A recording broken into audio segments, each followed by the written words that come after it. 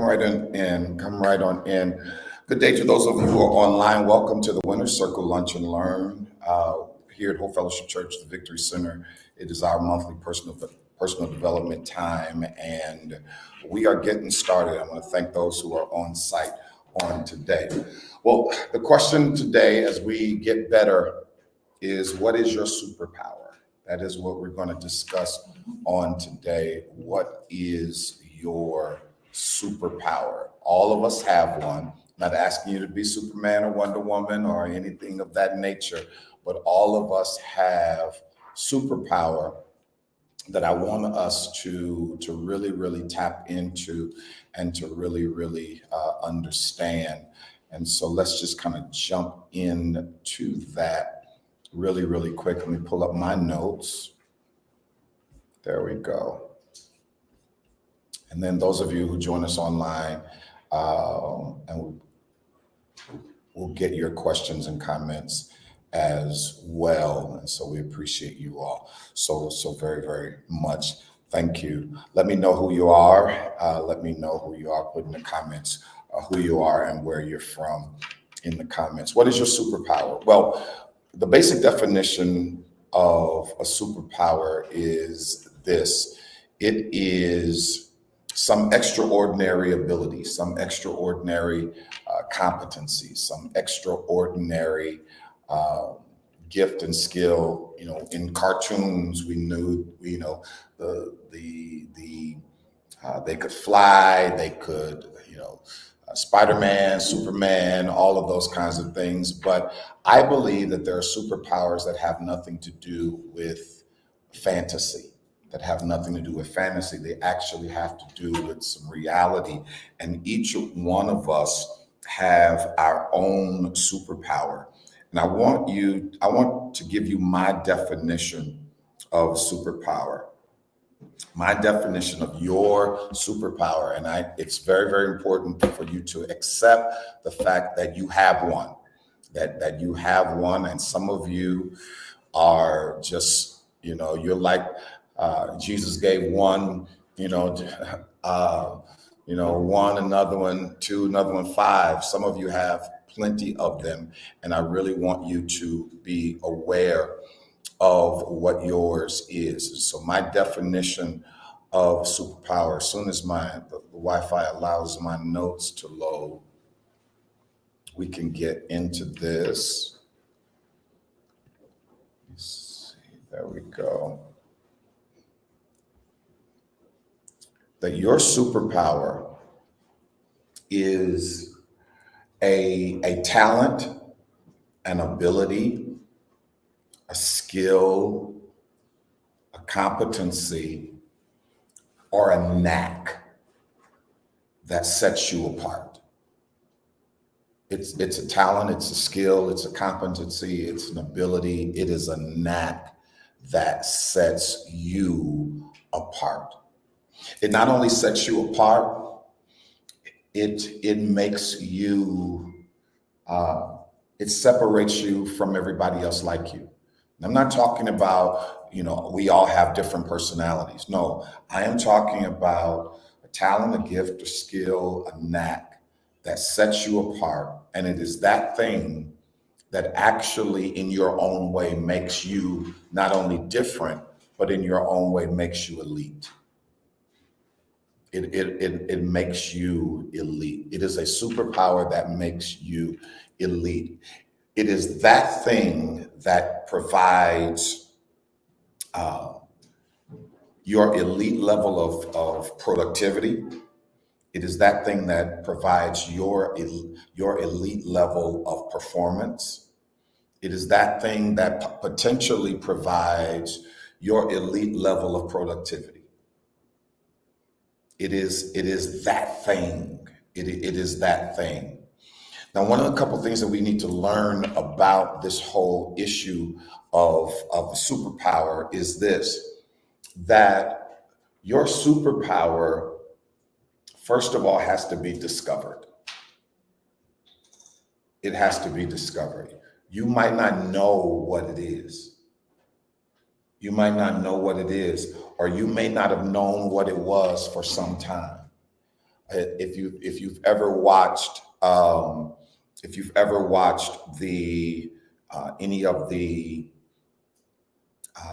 Star Wars movies where the Jedi didn't know his or her power. The Jedi didn't know his or her power, but they just knew that there was something different. And so in many cases, your superpower has to be discovered. And sometimes it is discovered by someone else noticing it before you do. And that's why community is so important. In our church, I talked on Sunday about you need a good they. You need a good they. You have people around you, Harold and Alicia, Takara, Robin online. We have people around you who may notice, hey, you may have a teacher who may notice, hey, you're really good at this. You may have a college professor who noticed you are really, really good at this. That's why it is very, very important to consistently, especially in developmental times, to consistently put yourself in developmental and educational atmospheres. And this is a pet peeve of mine. This is just a Derek Triplett opinion. In my opinion, it is terrible to tell teenagers that everybody is not college material. I think it's terrible to tell them that. Here is why. It is not that everybody will get a baccalaureate degree or should get a baccalaureate degree. It's not that everybody should get a master's degree. But here's the problem that we do is that when we put that in people's mind so early, then we have a lot of people who end up graduated from high school and who are never again in a rigorous learning environment. Because in many cases, we don't learn the superpowers and we don't learn the gifts and abilities and skills outside of a rigorous learning environment.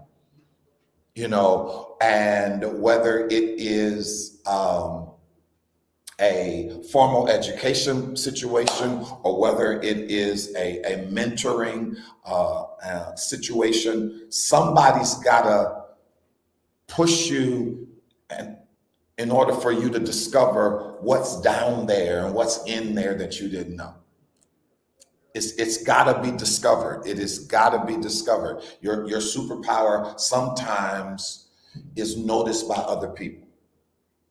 Sometimes you discover it. It's like, okay, I'm better at this than the rest of them. And it's not ego. It's not, you just kind of like, yeah, I keep winning at this. I keep being at the top at this. I keep being, this keeps working for me. This keeps making itself a benefit. It's a superpower. It is. Sometimes it has to be discovered. Sometimes you have to intentionally go about discovering it, whether that's through, in the church world, whether that's through spiritual gifts inventories, whether that's through personality exams, whether you take Myers-Briggs, or whether you take this, or whether you you do skill finders. It is what you need to do to start figuring out what separates you from everybody else. What thing do you need to work on? What thing that comes natural? Sometimes a skill has to be discovered, but all times that superpower has to be developed. Okay. Remember when Spider-Man was trying to learn how to fly? He was trying to learn how to use his webs, and he's falling off buildings and all of that kind of stuff. Remember, the young Jedis, not knowing how to use, their saber and not knowing what to do and needing a mentor. There has to be development of your superpower. So your superpower has to be discovered. Your superpower has to be developed. And the quicker you know what it is, the more it's going to benefit you. And the quicker you develop it, the more it's going to benefit you. You just kind of discover, this is my thing. I'm better at this than the people around me. This works for me. And sometimes it's tangible and sometimes it's intangible. Let's look at some examples. You know, athletes, you know, everybody that starts out playing in Pop Warner football don't end up in the NFL. You know, the talent level continues to grow and that cone shrinks, just like NFL, the NBA, all of that. We were watching the other day the documentary on Simone Biles. You know, she's just better than everybody. She works really hard, but she's just better than everybody. You know, it helps that, yes, he is doing phenomenal things at 39, 40 years and old, and he's taking care of his body, but it helps that LeBron got the genetics of having the ability of being 6'8", 245. That helps. It is a superpower. Some of us can go and play tennis and take lessons and all of that, and we're still going to be average because we just don't have it. We don't. It's not elite for us. It's not. And that's one of the things we all have to figure out early, is as soon as we can, is what should be a career and what should be a hobby. What should be a career and what should be a hobby. It has to be developed. And write this down. Whatever comes easiest for you. I'm talking about healthy, positive things. I ain't talking about it lying comes easily for you or whatever. But whatever comes easiest for you, that is potentially a superpower. And that's what you need to work the hardest on.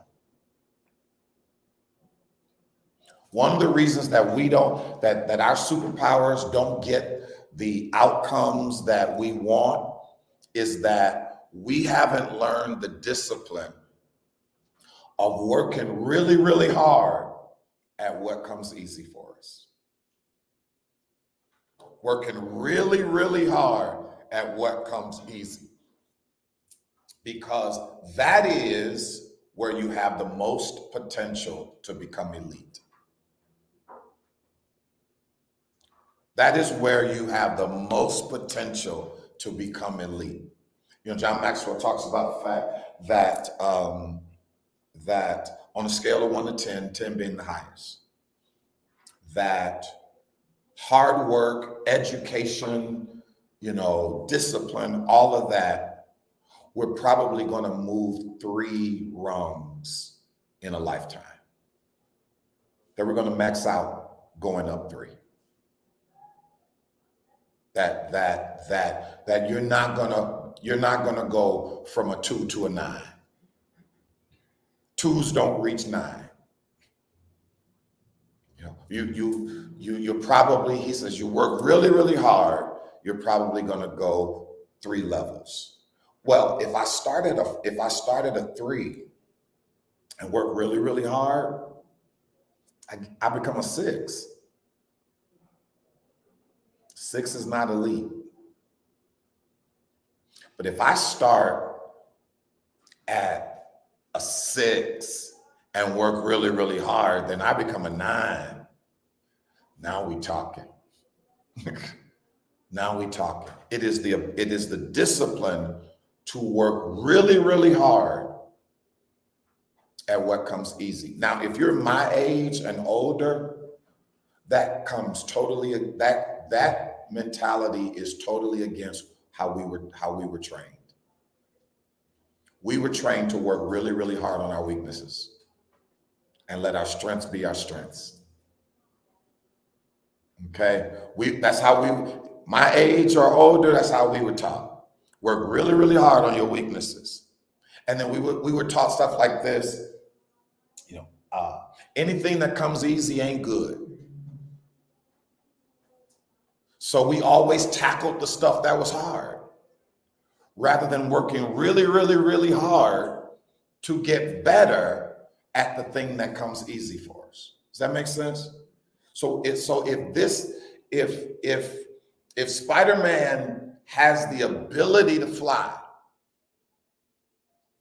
then he should work really, really hard at flying. He should be walking. Okay, and so it's important for us to understand that we have to work really, really, really hard at the thing that comes easy for us. Let me ask you a question. What's something that comes easy for you? What's a skill, ability, or something that just comes easy for you? Teaching and training. Okay, just got a knack for it. Anybody else? Training for me and being observant. Okay, observant. Hold that one. I'm going to get back to that one.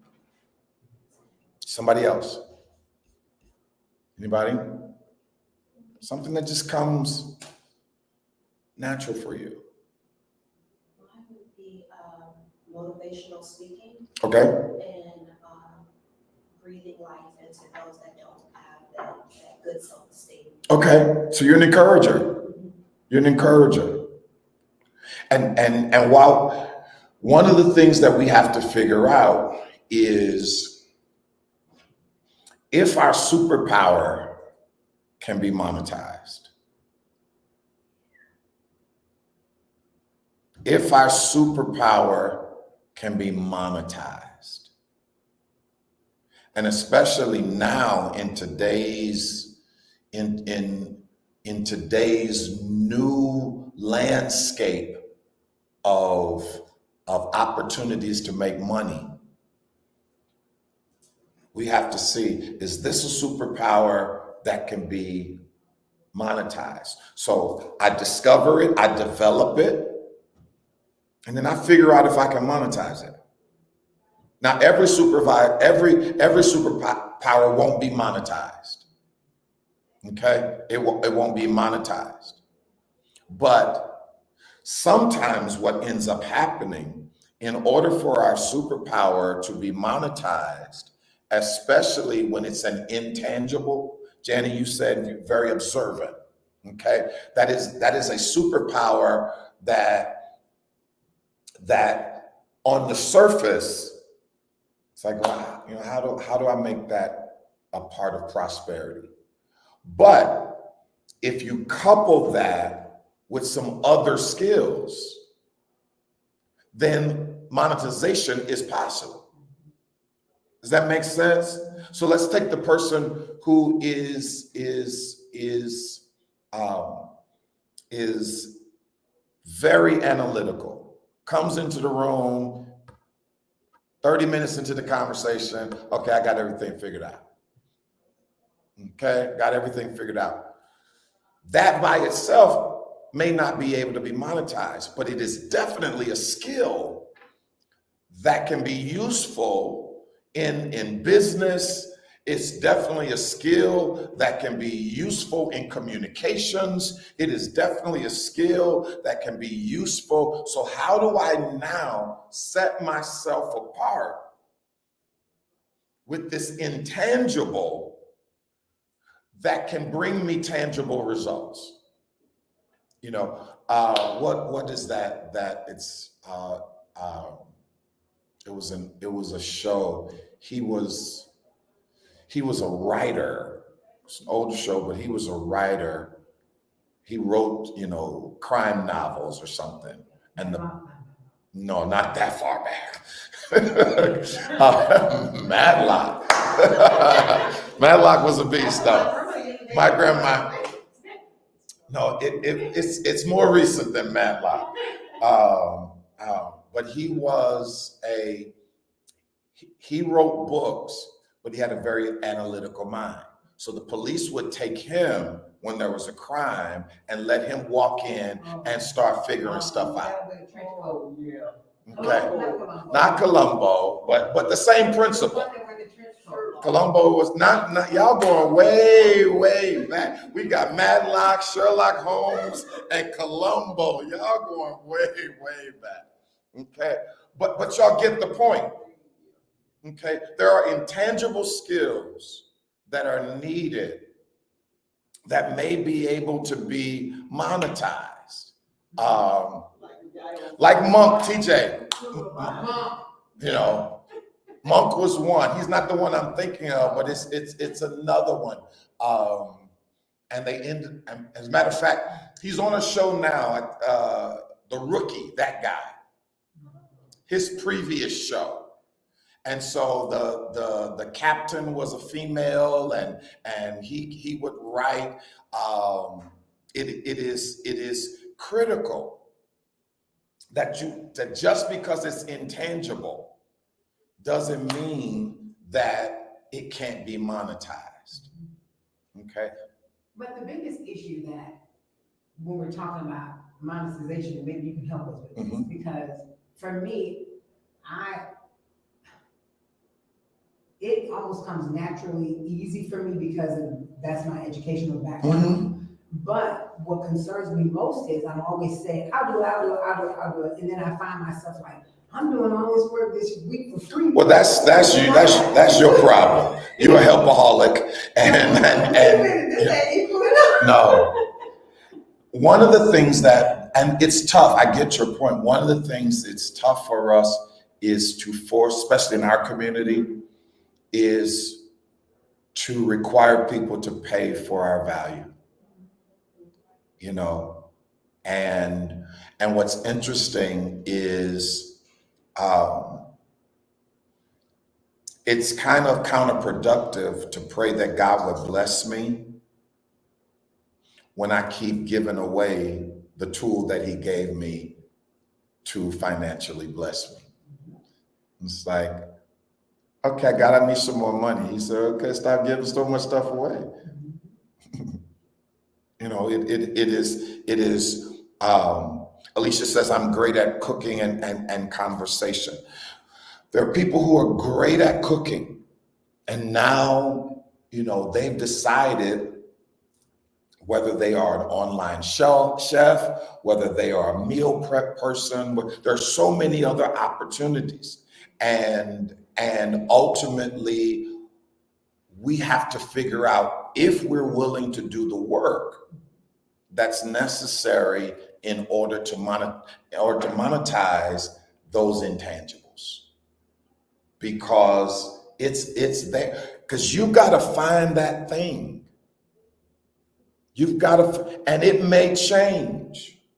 Okay, Magic Johnson was a phenomenal basketball player who learned to be a phenomenal businessman.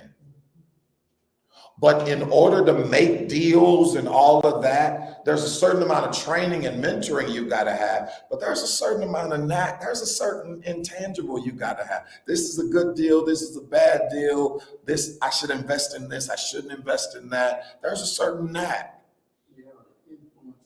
You know, and there are people who have, you bring up influencer. There are people who have done the work to learn the business of social media.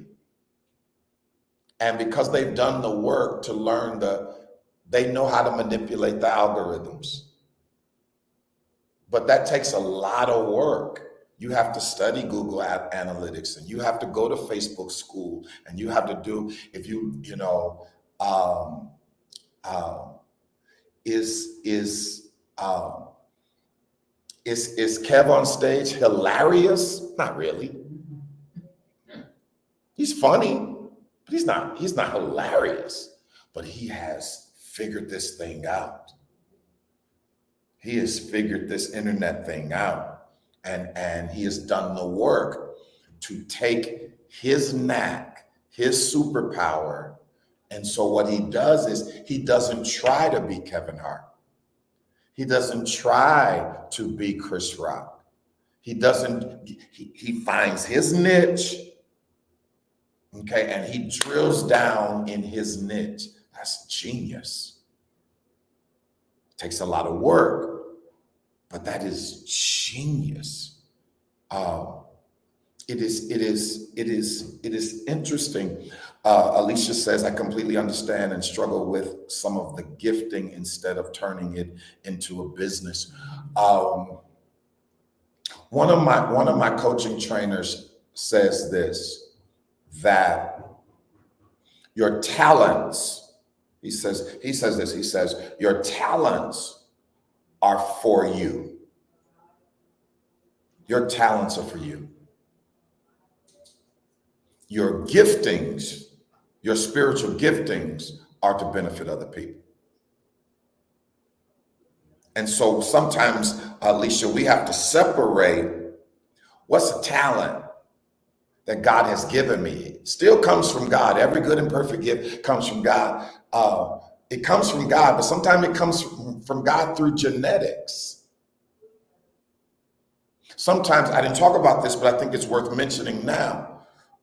And I'll get back to Alicia's point, that sometimes when you're trying to discover what may be a superpower, you need to talk to people about the previous generations of your family. Because just like there are generational curses, there are generational blessings. And there's stuff that's back in your family that you didn't know about, that is lying dormant in you, that could be developing. A friend of mine, entrepreneurship runs in her family, 3-4 generations back. It just runs in, and so she has a knack for it. It's like, how you do that? I don't know. You can describe the nuts and bolts of it, but you can't describe the fullness of it. It comes easy for you. And that thing, some of it, you can't teach other people. Because you didn't learn it. It just came from you. To Alicia's issue of monetizing spiritual gifts versus monetizing talents, it is very, very important for us to understand that there is an integrity that is necessary in the process. There's an integrity. If God has given you something, it is your spiritual gift and that type of thing, it is, and that is a struggle. We were talking about this in my pastor's meeting on Saturday, that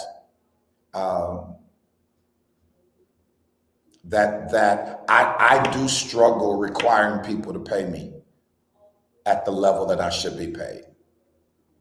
I struggle with that. And so moving forward, I will have to become comfortable with somebody else handling that.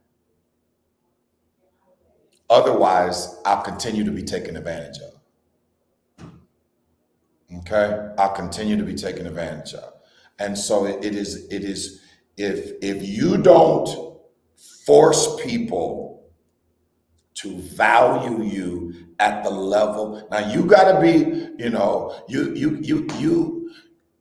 you can't be charged $100 for a $10 value.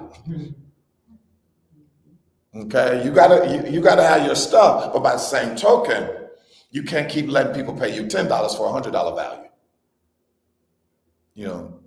Talking about the Lord sent me to bless you. It is critical that we understand that, and some of us are uncomfortable with it. We are uncomfortable with it, but is that also bad stewardship? Because God requires us to be good stewards over everything that He has given us. Okay, and is it bad stewardship to let what God has given you and what you working hard to develop and put together and all of that, to let people to devalue it under the guise of some pretext of humility and spirituality. You know, and one of my friends said it like this, that everybody has a customer. Everybody has a customer. If they can't afford you sometimes, they're not your customer. They're not your customer. You know, and one of my friends said it like this, no, you can't get me for that. Now I know some people that I can recommend you, you know, that will do a really, really good job in your budget, but you can't get me for that. You know, it is important for us to do. TJ couldn't stop. She had to find it. She's right. Castle was the show. Castle was the show. It is important. You discover and you develop. You work hard at what comes easy for you. Work really, really hard, and that takes a lot of discipline. Because if I'm better than everybody, why I got to work hard? You know, I tell myself this every time Bethune-Cookman asked me to come and speak at one of the nursing paintings or graduation, and they never offered me anything. Mm-hmm. Nothing. So one year I decided to tell Dr. Tucker, well, here's what I charge, but I'm gonna do it for you guys for this amount. So she was like, but you're an alumni. And of course, because she said that, I just took it and I was like, okay, and I just went for it. Yes, you're an alumni. That's why you're getting a discount. It made me mad because I was like, but you will fly somebody in town, pay their hotel fee, Right. food, everything. And they're not as good as me. And they don't even pump and prod to people like I'm gonna do. Yeah. So I just got to the point where I made excuses. I don't do it. You've got to understand, because there are people who have decided that they're going to leverage your value, and they will try to make you feel guilty in order to leverage your value. And it's important. So let's talk about it. It may be tangible, it may be intangible. You may be able to monetize it, you may not be able to monetize it, but you should develop it and allow it to benefit you. It's critical that you develop it and you allow it to benefit you. It is so important for you to get that. So let's look at a couple things here. If I develop my superpower, and let's say it is able to be monetized, then I've got to do the work to do that. Some of us have to admit we don't want to do the work to be in business. I don't like the work that it takes to be in business. I just don't. And so because I've always got to separate my role as a pastor from my role as in my businesses. And so sometimes for me that's just too much work. It's just too much work. But for you all, you've got to operate and you've got to manage that and use that to your advantage. Let me do a deep dive on a couple of the intangibles. Sometimes your superpower could be your attitude. You just got a great attitude. And that great attitude combined with whatever, and you could have an A+ attitude and B- skills, but that A+ attitude will take you further than your B- skills should have taken you, because everybody wants somebody with a good attitude. On the flip, you could have A+ skills, but if you got a C- attitude, sooner or later you're gonna hit a ceiling. Sooner or later, your skill won't be worth what it takes to put up with your attitude. It is so very important. So attitude is sometimes attitude. There are people that their superpower is the fact that they don't give up. They just don't give up. They keep fighting, they keep clawing, and that's their superpower. Their superpower is no matter how badly today went, I'll be there tomorrow. You know, that's their superpower. It's like, okay, you know, whereas some people, as soon as something bad happens, you know, it's woe is me. They can't bounce back. Some people, their superpower is, no, I'm coming back. I'm coming back. I'm coming back. Some people, their superpower is attitude. Sometimes it is determination. Sometimes your superpower is that you are a praying brother or a praying sister, and your prayer life gets you places that other things don't get you. Okay, I know some people that they've got the gift of prayer. And it has nothing to do with whether or not they can excite you in a public prayer. It ain't got nothing to do with that. It ain't got nothing to do with how loud they are when they pray. It has nothing. No, they have a short direct line to God. You ever seen those people? They have a short direct line to God. Their superpower is that they can pray for real. They just have that. It's so very, very important. So if your superpower is a spiritual gift, you can't be afraid to leverage it. Okay, if you've got the gift of faith, or if you are a praying person and the like, you know, probably the only superpower or spiritual gift that we shouldn't be monetizing as much as we do is the prophetic.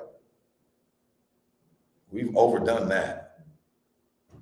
We have overdone that. But you've got to find that which makes you different and that which makes you elite, because we do not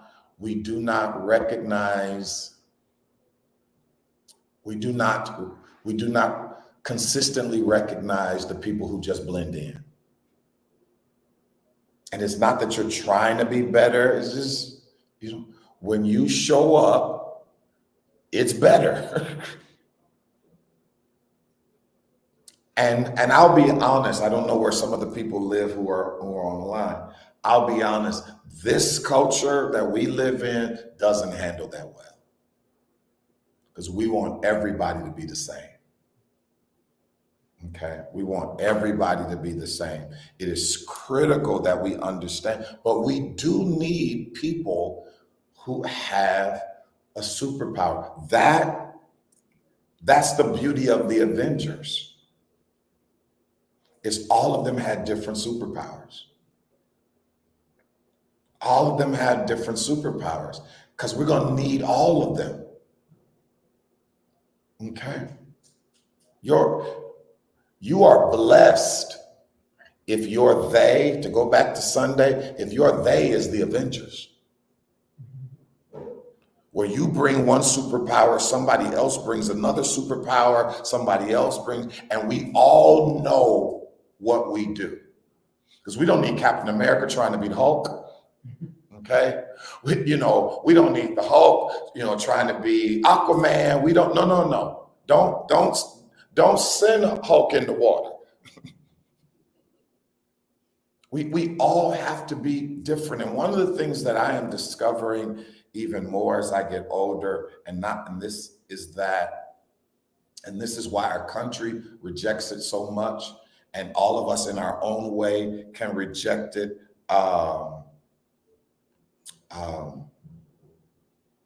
Diversity is hard.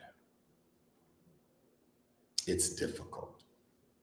You have to really, really want to be diverse, because we are all naturally attracted to that which is like us.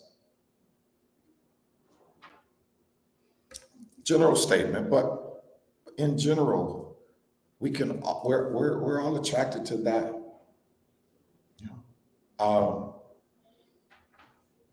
Diversity is hard. Racial diversity is hard. White people are attracted to other white people. They would rather be around other white people. They would rather hire other white people. They have a commonality. It's less work. It's less work. Okay? I would rather be around black people. But that's not the world we're supposed to live in. Diversity is hard. It is really, really hard. And then when you start thinking about all of our different superpowers, then I need to be able to respect you for yours and leverage yours and benefit and let the larger group benefit from it. Sometimes I want to be around people that nobody wants to be around. Yeah. And that's the ministry side of you. There are certain people, when I say ministry, it's like certain people are just drawn to the underdogs. Let me go be with the underdogs, and I get it. So I get it. I'm not, somebody questioned me about my ministry. I say, why are you so committed to all them broke people? Why don't you go do a church somewhere else in a better neighborhood? Why are you so committed to them? That was a real conversation. So I get it. I get it. But it's very, very important for the sake of our learning today that we look inside. What's my thing? What's my thing? If nothing else, what's my thing? And have I worked hard enough to make this thing either benefit the world or benefit me or benefit the kingdom? Have I been a good steward over that which is my thing? Yep. Can that thing change? Yes. Yes.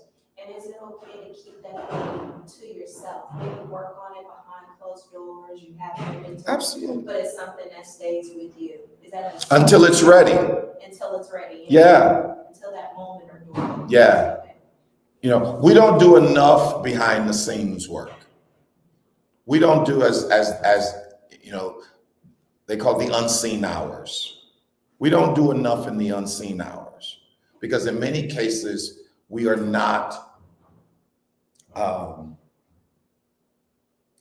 in this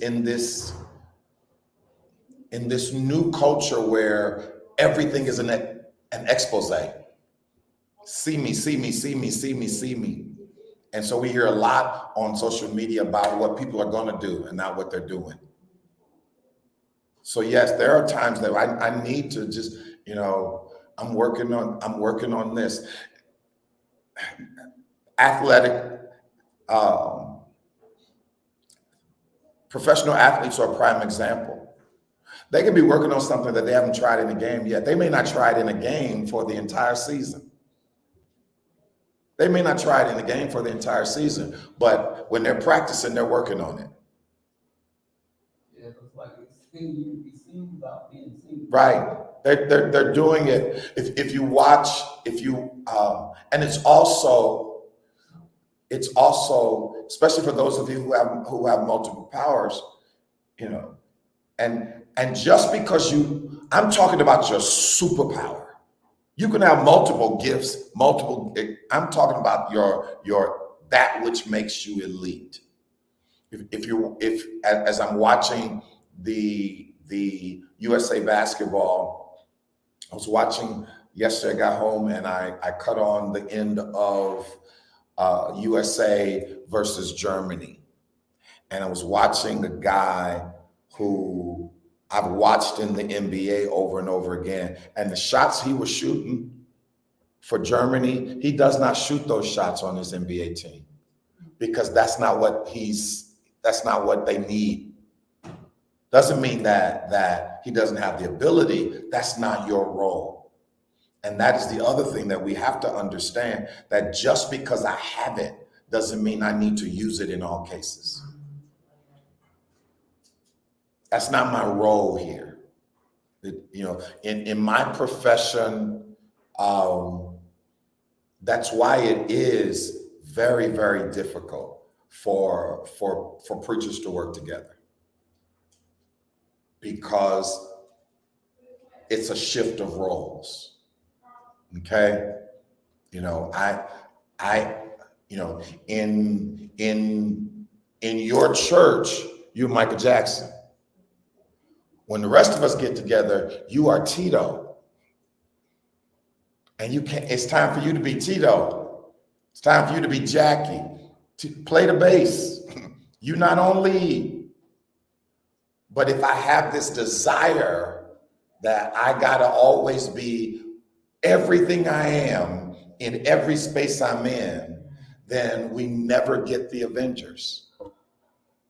Because even if you bring people together with their different superpowers, somebody is going to rise to the top. Somebody is going to rise to the top. And there are certain rooms that you might be the top in. And then there are other rooms you are not the top in. You are not the top. And so it's important for us to be able to navigate. But you got to tap into, you're missing out on that which God has given you if you have not tapped into that which makes you better than most around you. That which makes you not only different, but makes you elite. That which you can depend on, that becomes your go-to. And have you worked hard on that which is your go-to? It is part of the leveraging it and the monetizing is this. There's always something you don't like that's a part of something that you love. And it is your ability to perform excellently in the things that you don't necessarily like because they're attached to the very thing that you love. Does that make sense? And we miss out and we don't leverage our superpowers because we can't get past the part we don't like. Now, all of my business mentors would be looking at me rolling their eyes right now.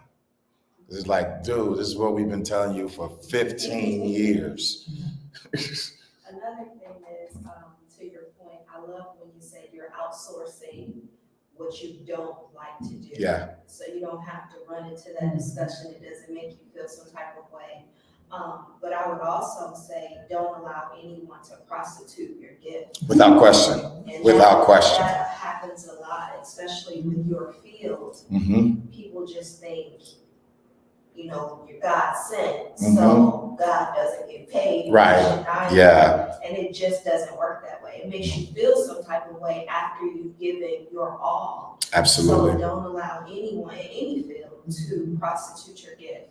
And it happens. Yeah. It happens all too often. God knows it's happened to me over and over again. And at some point, like you were discussing, at some point you just say, okay, enough. Enough. Either you value me or you don't. And here's one of the things that happens, and since we're in that realm, for those of you that that especially if it's speaking or singing or something that has to do with what we call ministry, and that's your real superpower. One of the things that ends up happening is that you have to be very, very careful. To your point, Jessica, you have to be very, very careful that you do not fall in love with the gratitude of opportunity. Here's what I mean. I'm just so grateful that anybody would call me. I'm just so grateful that you feel, and I'm just thankful for the opportunity. There's a season of that, but as you add value to who you are, then that season has to change. That season has to change. That knack. And so let's go back to some of the people who just joined in that they're late. That your superpower has to be discovered. Sometimes you discover it because somebody else sees it in you. Sometimes you discover it because you have been in an environment, and this is the thing that keeps coming up. This is the thing that you're good at. This is the thing that no matter what, this works for you. Okay, but then sometimes once it's discovered, we don't develop it at the level that we're supposed to. And so once we discover, we've got to develop it. And then finally, whether it's monetized or not, we have to deploy it. We have to deploy it. And that's where in many cases, the risk of ego and the risk of rejection comes through, and we hold stuff in because we know, what we are. But a part of that deployment, and hear this, especially in the marketplace, part of that deployment is to judge how good it is. Okay, it's easy for me to say how good I am. It's another thing for the market to say out. Okay, it's another thing for the market to say.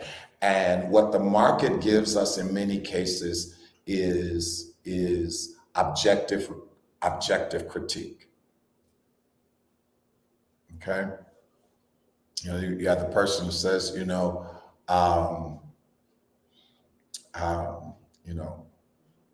I make the best peach cobbler in the world.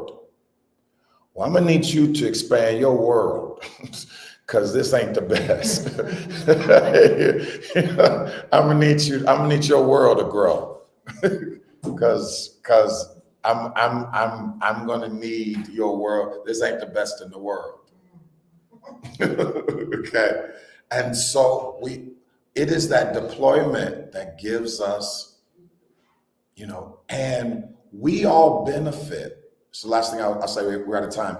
We all benefit when everybody is working in their superpower. Okay. Someone's on here says that their superpower is being a nurse. I want a nurse that's your superpower. I don't want a nurse that just passed the boards. Okay, because you decided that it was a good way for you to make some money. Okay, I want if I ever have grandkids, I want my grandkids to have teachers that teaching is their superpower. Okay, I don't want the teacher who just wants summers off. So this is the career choice that lets me get summers off. I had good law school, and Right, I'm a phlebotomist, so Mhm. they come here to draw my blood. And the girl, she said, I'm here to draw your blood. And I looked up, I said, no, you're not. I said, you're gonna go get so-and-so, you're gonna come. Yeah, you know better. You know better. You know better. It is if we have people, and if you get the opportunity, because everybody doesn't get it. Everybody doesn't get the opportunity to work in their superpower. Some people are just stuck. If you get the opportunity to work in your superpower, you need to take that opportunity and develop that opportunity because it is, and you have it, and I don't like when people are, well, I'm just ordinary. You may be ordinary at everything, but this one thing. Okay. You may be ordinary at everything, but this one thing. And how does that one thing benefit? You may not be able to monetize being an encourager, but you can benefit the world being an encourager.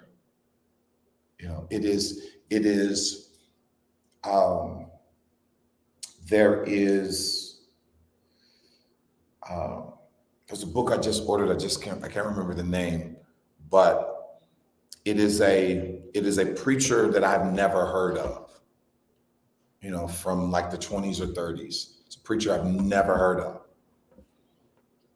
but he was the model and the inspiration for several preachers I have heard of. Okay? So he didn't become this, but they became that because of him. Okay? It's kind of what I call the Ananias effect. God says to Ananias, I need you to go and see Saul. And Ananias says, no, Saul kills people. I ain't going to see him. I'm not going to see him. And God says, no, paraphrasing, I've saved him. He's blind right now, and I need you to go and Ananias never becomes what Paul became. But Paul never becomes who he became without Ananias. Sometimes you don't get to be Paul. Sometimes you get to be Ananias. There are some people, their superpower was being a mother, was being a father, and they raised the kid who became.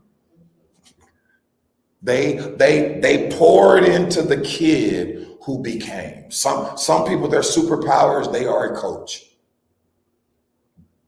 They poured into the kid who became. And so sometimes it's not about being able to monetize it. Sometimes it's about seeing it nurture and seeing it grow and seeing it produce for times and generations to come. You got to tap into that. I'm kind of speaking that now. Okay. Just like training someone. Mm-hmm. And like one of the girls, she didn't care for me, but when she came over to work with us in the other building, she didn't do babies. So nevertheless, I said, no, you over here, you've been to learn how to do babies, so we have a whole lot more here. I just come on. So I took her on back there, and she learned how to do babies. That's it. And from then on, she respected me for that. That's so powerful. That's so powerful. Nobody, without the Hebrew midwives who hid the boys, we never have Moses. And so it's very, very important that sometimes your superpower is that you're able to touch the lives of future generations. And so that is where we can't think that everything that God gives us is about how big the bag is we gonna get. Okay? How big is the bag I'm gonna get? But by the same token, there are people that God does have a bag waiting on them and they won't go get it. You know, and so we have to balance those two. Does this make sense? This makes sense? Okay. Online, I hope it made sense. Thank you all for tuning in, and we're here every month, and we appreciate y'all so very, very much. And it's Lunch and Learn is over. It is over. Y'all have a powerful day. Love you lots.